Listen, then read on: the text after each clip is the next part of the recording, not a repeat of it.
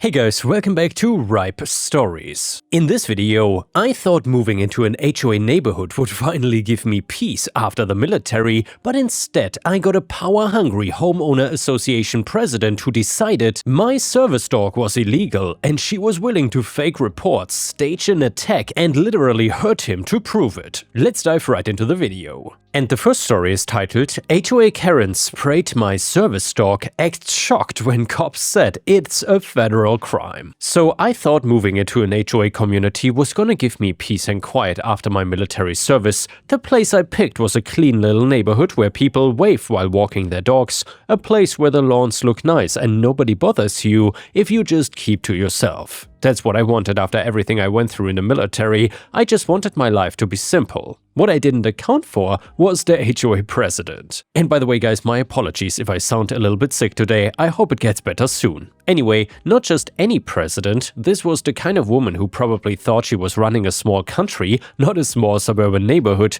She was the kind of person who would take a volunteer position and turn it into a crown and scepter situation. The neighbors called her a stickler. I, with plenty of hindsight, call her a Karen. To give some context though, I served overseas in the military for a number of years, and I came back with some physical scars and a less visible one which is called PTSD, which I'm on disability for. Crowds, loud noises and sudden movements and more, they can all mess with me. Some days are fine, others are rough, and my service dog is the one steady anchor in all of it. He is a German Shepherd, one that is trained extensively to help me. If I'm having a nightmare, he wakes me up as he's been taught. If I freeze up in public, he grounds me with nudges and licks my hand until I'm back. If I'm spiraling into a panic, he will notice and put himself between me and strangers. He is not a casual family pet by any means. He may be family to me, but he's also essentially medical equipment on legs with a heartbeat. That fact matters to me because under federal law, service dogs are not pets. They are protected in pretty much every area. HOA can make all the pet rules they want, but those rules simply don't apply to service animals like my boy. So naturally, that somehow became the one hill our lovely Karen decided to die on. When I moved in, she dropped by with an empty smile like she was inspecting me for anything she could pick at. "Welcome to the community," she greeted with a tight smile. "I'm the HOA president. We like to keep things very orderly here." I thought it was a little weird that she kept dropping hints about how the neighborhood was thoroughly maintained and highly supervised, but I didn't realize then how much of a warning that was. Well, at least Karen is honest. At first it was just minor annoyances, a note on my door about my trash can being too visible from the street, a passive-aggressive reminder about how holiday decorations must be removed within 14 days of the holiday. All of that was whatever. I thought that some of those warnings were incredibly stupid, but they seemed harmless, and I put up without much thought. But then it escalated. The moment she saw my dog, it was like something clicked. She immediately latched onto that flaw in her neighborhood like she didn't have anything else to do with her time. The first time she brought it up, she said something along the lines of, "Oh, we don't allow certain breeds here. Liability issues, you understand."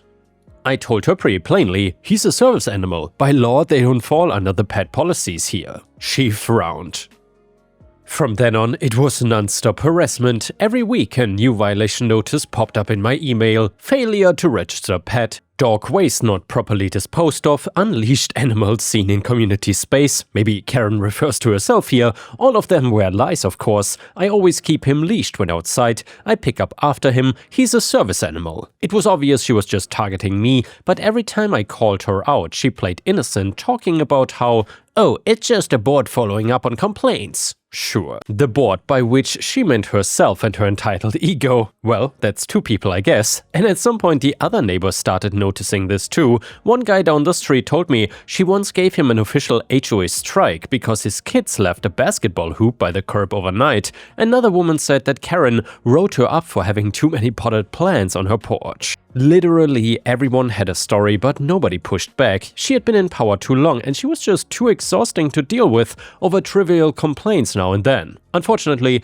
unlike most of the neighborhood, I was not so lucky. Things came to a head at a community meeting. The agenda was supposed to be landscaping, but Karen hijacked the floor to make it all about her problem with my service dog. "We need to discuss dangerous animals in our community," she announced, glaring at me. I sat with my dog at my feet. He was calm, lying down, not making a sound. She jabbed her finger in our direction. "These mutts are a liability. Aggressive breeds should be banned. This is a family neighborhood, not a kennel." I raised my hand, frowning. "He's a service dog. Federal law protects him. You cannot just ban him." Her face twisted into a smirk. "Oh, anyone can slap a vest on a dog and call it a service dog. That doesn't make it true. I don't feel safe around it." The room got tense. A few neighbors spoke up, saying they had never seen my dog do anything wrong, and one mom even said her toddler loved waving at him on walks, but then Karen doubled down. "It's only a matter of time before something happens. I won't let this board be sued when that mutt attacks somebody." In the end, I left the meeting furious. My dog had done nothing wrong and she was painting him like a monster. My neighbors looked sympathetic, but nobody wanted to challenge Karen and face her harassment. I was hoping foolishly that her hate would end on that note.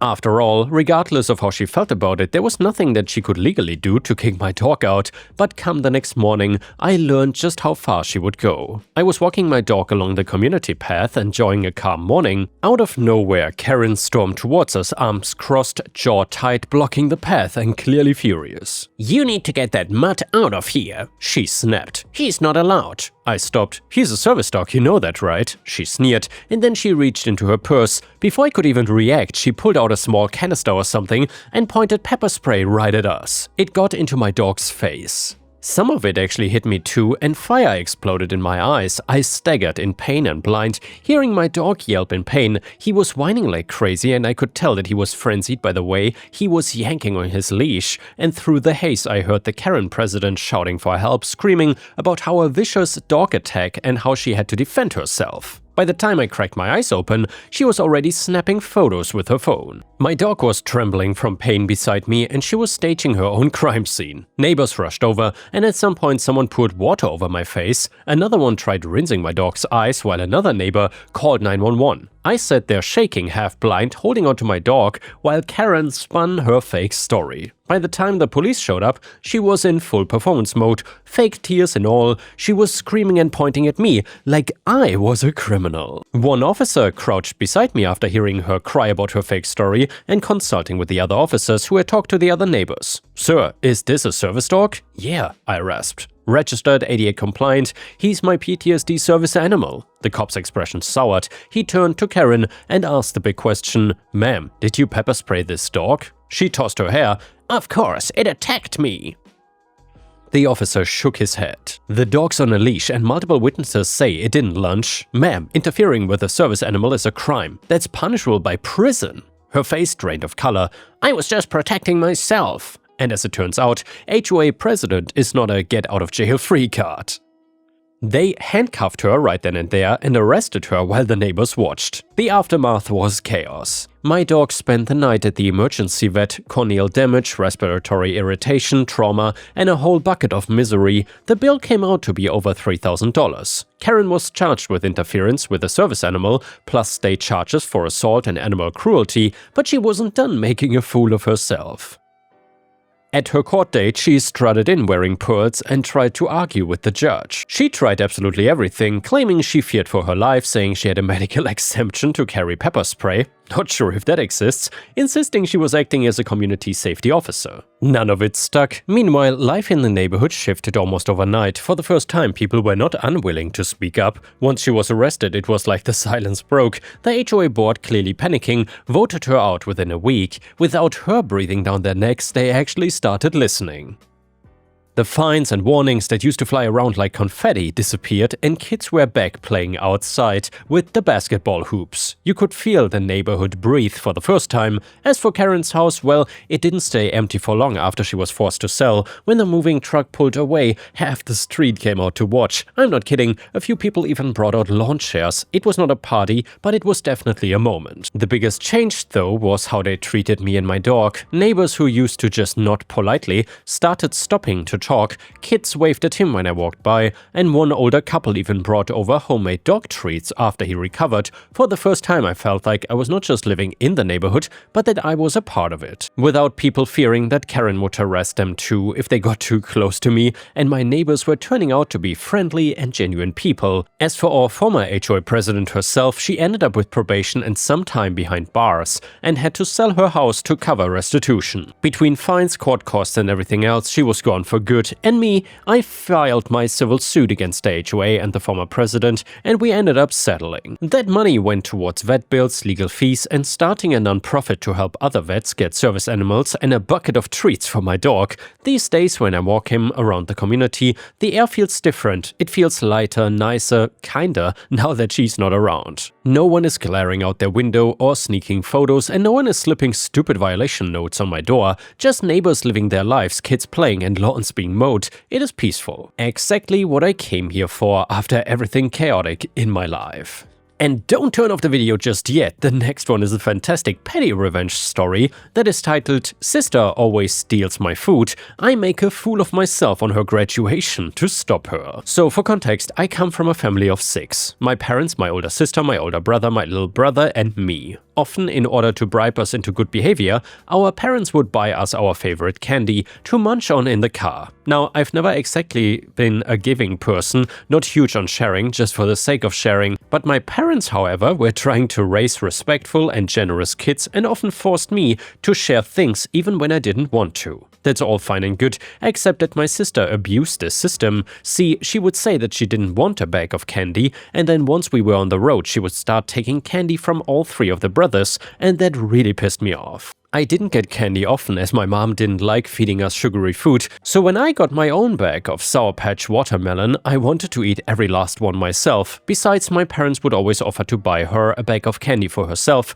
and she would just refuse because she knew she could leech off the rest of us. So after a point, I started refusing her requests for candy, but that didn't fly with my mom, because that was being selfish apparently, so she would force me to hand over the candy. One time I even said when I purchased my bag at CVS, "Sister, I'm not going to give you any of my candy. If you want Sour Patch, buy your own right now." "I'm fine," she responded. "I don't want a whole bag of candy." Well, fast forward 20 minutes into the car ride, my father was requisitioning a candy to give to my sister, as I said, fuming, and this went on for years. My whole life really, and I hated it. I would hide my candy when I got it, I would try and keep it out of her reach, but always a parent would intervene. Fast forward to my sister's college graduation, she's now 22, I'm a senior in high school at this point, and we are at her school at a fancy restaurant celebrating after she had graduated that morning. In attendance are all immediate and some extended family, as well as some close friends of my sister and her long-term boyfriend who I was meeting for the first time. So enough people for the following to be embarrassing to my family. Our meal ends and my mom offers to buy a nice dessert for anyone who wants it. My brothers, my dad and I all take her up on it. I ordered a vanilla bean cheesecake with a burnt sugar bird's nest on top.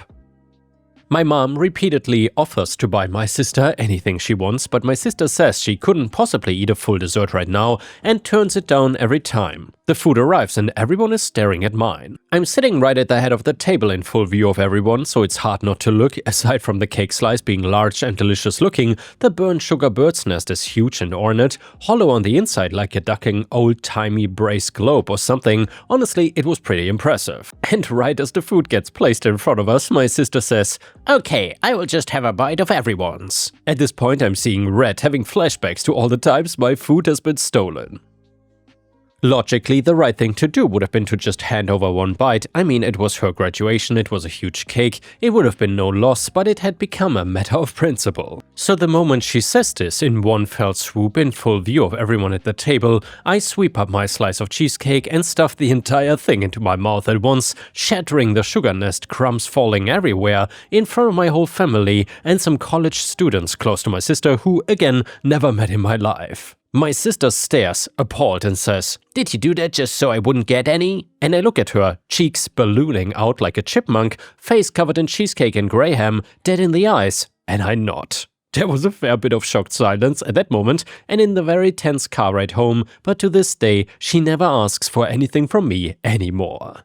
And now let's move on to the next story. It starts like this. It is hard to pick an exact point for when our feud started, but for quite a few years now, one of my neighbors has been trying to make my life a living hell. For simplicity's sake, let's call her Karen. Now, Karen did not seem all that unusual when I first moved into the neighborhood. She mostly kept to herself and did not go out of her way to socialize, but I'm certainly not judging because I'm the same way. However, on the few occasions when she did communicate with me, it was to make complaints that felt increasingly petty. For example, the first incident was when part of my fence suddenly collapsed and I was too busy to deal with it immediately. I did not have any dogs, which meant I was not worried about them getting out of my yard, so I figured it was not an immediate concern. However, when I got a letter on behalf of the neighborhood, but from Karen in particular, I understood her point. The ruined fence section was definitely an eyesore, so I went ahead and made fixing the fence a priority and then got it done. A few months after that, my lawn ended up getting a little overgrown after I neglected it for a few weeks. Once again though, Karen sent me a letter saying that my lawn was making the whole neighborhood look bad, and now I did still understand her point and she was probably right, but it felt like she was being a little petty this time. The fence had been a genuine issue, but a lawn with an extra inch or two was hardly the end of the world, and besides, I ended up mowing it before it became outrageous anyway, but like I said, this escalated over time. The next time she pestered me, it was because I had my car parked in the driveway rather than in my garage. I had not even realized that was a problem until she mentioned it, and after I quietly asked a few of my neighbors, they were all perplexed and agreed that this was not a problem at all. At that point, I was confused and more than a little frustrated. She had sent all these complaints without ever once talking to me. Hell, I don't think we even exchanged a word face to face in the last several months before the driveway incident. So I think you will understand when I headed right over to her house, because I was very familiar with her address by now thanks to her letters.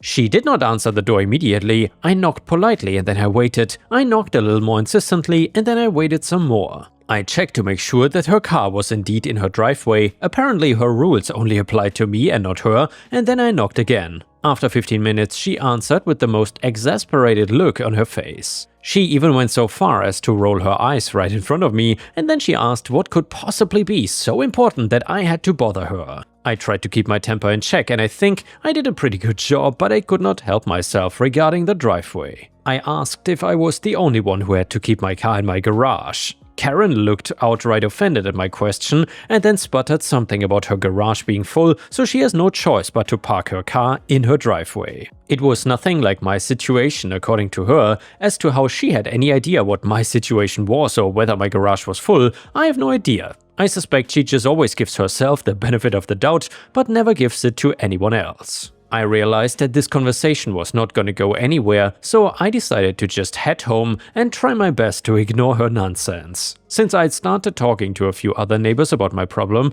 they all reassured me that she definitely was not speaking on behalf of anyone else and especially not the neighborhood at large, so that went a long way in reassuring me. But if you think that is when things quieted down, then you're dead wrong. Instead, this is when things started to go really downhill, and the more I ignored Karen, the more obsessed she got. It turned from her sending a complaining letter once every couple months to notices being taped on my door every single week. I even started to receive phone calls, some of which were from here and some of which were from a very confused HOA member who said that they were obligated to relay complaints they received to the appropriate party. Apparently, Karen was whining to them daily, so they figured they had to do something to get her off their backs, and the bare minimum they could do was reach out and tell me that she was complaining again. To their credit, they agreed that nothing about my property was a problem, so that was a relief. About a year after the whole feud began, it reached a boiling point, which is what brought me here today. One day, out of the blue, Karen decided to wildly escalate things. I don't know exactly what pushed her over the edge, and surely it must have been something going catastrophically wrong in her personal life, because the alternative is just too insane to consider. As I understand it, the order of events was this. Karen was driving by and saw a car parked in front of my house. It was not in the driveway, it was parked in the street, right next to the curb, just like anyone else visiting. Karen then got so enraged that she decided to teach me a lesson, so she rammed her own vehicle into the car, inflicting pretty serious damage. She drives an old beater, so I guess she was not really bothered by the possibility of her own car getting damaged as long as it would inflict much more expensive damage on my own car. However, there was just one itty-bitty problem with her plan. This was not my car. In fact, I did not even know the owner at all. As it turns out, the car belonged to a police officer who was stopping by to visit a friend who happens to live next door to me, and they were having a chat on the patio when all this happened, so they got a perfect view of the entire thing unfolding. And for the cherry on top, this was not the officer's personal car, this was an unmarked police car, and it was a pretty nice model to boot. I think that last detail might have been what pissed Karen off the most. It's very easy to imagine that she saw this spotless, expensive car sitting in front of my house and thought that I must have bought myself a shiny new toy. She simply couldn't help herself and her desperate urge to destroy anything I might like. Let me tell you, the police car was brutalized. It was not actually totaled, but the damage to the driver's side door was enormous and it looked like an absolute mess. Karen hit the gas and crashed into it as hard as she could, so even though she didn't have all that much space to get good momentum going, she still managed to slam into the car with a lot of force. Now, I was actually at home when this happened, but I was inside, so the first thing I heard was the crash. I raced outside wondering what Karen had done to my house this time, only to be extremely confused by the sight of an enraged officer bellowing at Karen to get out of her car while she stared in white-faced, open-mouthed shock. It looked like all the blood had drained right out of her as she realized what she had done. She tried to sputter out an excuse, clearly hoping that the car actually belonged to me and that this was some sort of horrible misunderstanding. Well, it obviously wouldn't have been alright if she had hit my car instead of a cop's, but she clearly understood that she was in far more trouble than she would have ever expected. The cop was absolutely having none of it though. He was pissed that his car had been damaged so thoroughly and he was not sure that it would even drive anymore, so he ended up handcuffing Karen and calling it in, so we all had to wait there on the street while his co-workers drove out to pick Karen up and bring her to the station. During all this time, while Karen waited in handcuffs and the officer paced back and forth in frustration, Karen tried approach after approach. She started babbling about how it looked just like my car, which was obviously a lie that I was able to subtly prove by opening my garage door and giving everyone a peek. When that failed, Karen started going on about how I pushed her into doing this by constantly harassing her. That caught the officer's attention, and then he started wondering if there was maybe more than one crime at play here. However, my neighbor, the friend that he'd been visiting, quickly cleared that up and explained the lengthy feud to the officer. He gave a lot of detail about how Karen had been badgering me for months and months about random minor issues. If there was any harassment going on, Karen was the perpetrator and I was the victim. Karen desperately tried to claim that he was lying and that the whole neighborhood was against her, which made the officer's mind up real quick. She was already laying the groundwork for claiming that each and every member of the neighborhood was lying when they confirmed my story, but the officer saw right through that.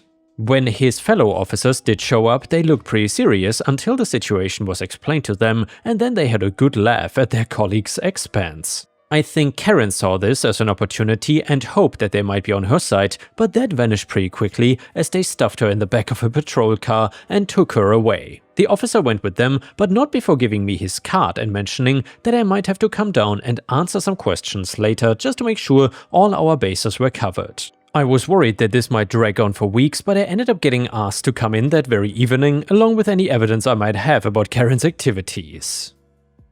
It was a quick, simple process where they asked me a few questions about the harassment and the timeline, but they were mostly happy to see the extensive documentation I brought. I had saved all the notices Karen had sent me before and posted on my door, so there was a very clear pattern of her ramping up the harassment over time. The police mentioned that this would make their job much easier, but they were not sure exactly how far they wanted to go with the charges. As long as they stopped her from treating anyone else like she had treated me, I was just fine. They assured me that she would have to pay some pretty hefty fines at the very least, as well as damages to the officer's car if her insurance did not bail her out. Given the circumstances of the so-called accident, they said it was not very likely that her insurance would come to her rescue, and that's it. I went home after that, surprised at how quickly all my problems had been solved. Karen did not get held at jail for long, but even when she did go back home, she made a point of never talking to me again. When we saw each other on walks, she quickly hurried the other way. I will confess that I did get a bit of petty revenge. I started to park my car out on the street right where the officer's car had been hit.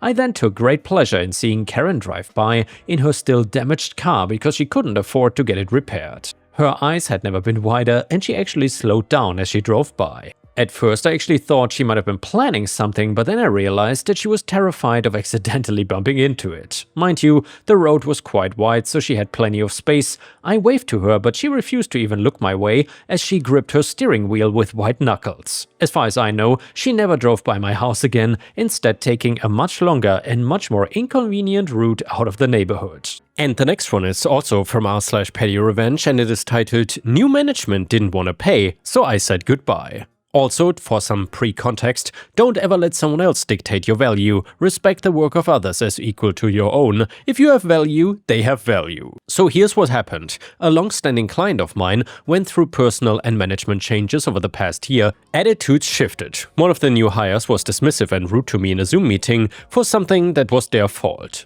I noticed I was not being consulted as often, which is fine, I mean that's how life goes. However, new management contacted me for help. I quoted them 1 hour of my time, they fought back questioning how I kept my time and where my time was going, they refused to pay. So, I ghosted them. Over the next couple months, I received 1 to 2 follow-up emails per week and at least 5 calls, all to voicemail. Eventually, they relented and asked for the invoice, but nope, they stalked me on social media. I blocked them, I sent them another invoice for a different fee, a long-established annual recurring cost. I told them non-payment would result in revoking a license. They refused to pay the recurring fee, but pleaded with me again on the other matter. I gave no response, and today I revoked their license. And they are still stuck with their original problem. Moral of the story, if you want someone's work, pay them. They spend hours wasting time and quibbling over nothing when they could have simply paid a small fee to get the job done. I hope you and your colleagues are reading this, Amanda, and screw you. And yeah guys, thank you for watching, I will see you again tomorrow.